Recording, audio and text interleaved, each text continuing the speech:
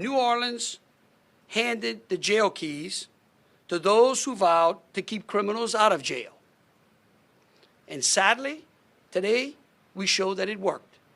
Strong words there from Governor Jeff Landry as we wrap up day 3 of a massive manhunt to track down escaped inmates. 7 are still on the run, 3 back in custody, and the reward for any tips has gone up once again. The FBI raising theirs to $10,000 while Crime Stoppers is up to $5,000. WDSU reporter Jasmine Franklin is live as we hear from state leaders today in the first news briefing since the day of the escape. Jasmine?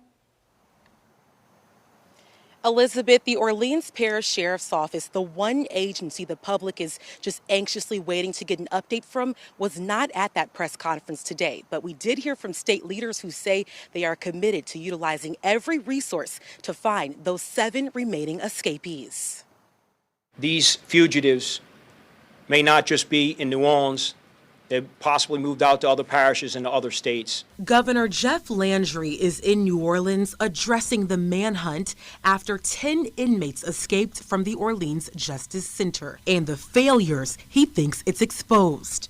My understanding is that the Orleans Parish Jail is beyond capacity because, again, the cases are not moving, such as 9 of the 10 escapees. 3 days in, the search for the remaining escapees continues. Along with neighboring parishes, state police say they have notified law enforcement in nearby states. We have had some leads in other states, and unfortunately, once again, those leads didn't pan out. But police say leads from the public did help them capture the first 3 inmates. Passionate remarks from state and city leaders come as the FBI doubles their reward. And until they are back in custody, we should all remain vigilant. Notably absent, the Orleans Parish Sheriff's Office did not attend Sunday's press conference.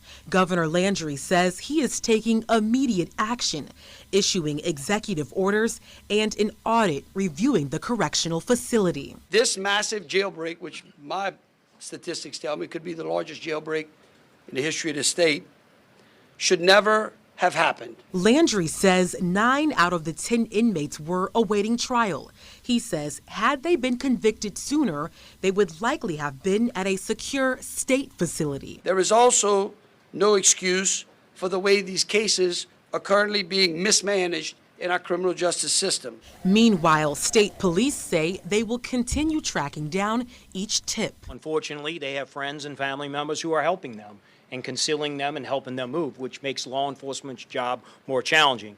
We end up getting there just a little too late. And state police stressed that any family or friends assisting those 7 remaining escapees could also face charges. Reporting live in New Orleans, Jasmine Franklin, WDSU News. Yeah, and Jasmine, as you mentioned, Sheriff Susan Hudson was not there today, but New Orleans Mayor LaToya Cantrell was participating in her first briefing since the escape happened. The mayor standing alongside those state leaders that we mentioned, also local ones like New Orleans Police Superintendent Ann Kirkpatrick. It comes one day after the mayor posted a social media video thanking law enforcement who are working tirelessly in these search efforts. The Crime Stoppers and the partnership and the coordinated response here remain vigilant and are pursuing this manhunt again with real determination. And I know for a fact that we will bring justice. And she echoed that same message that we've just continued to hear from law enforcement, that if you see something, say something.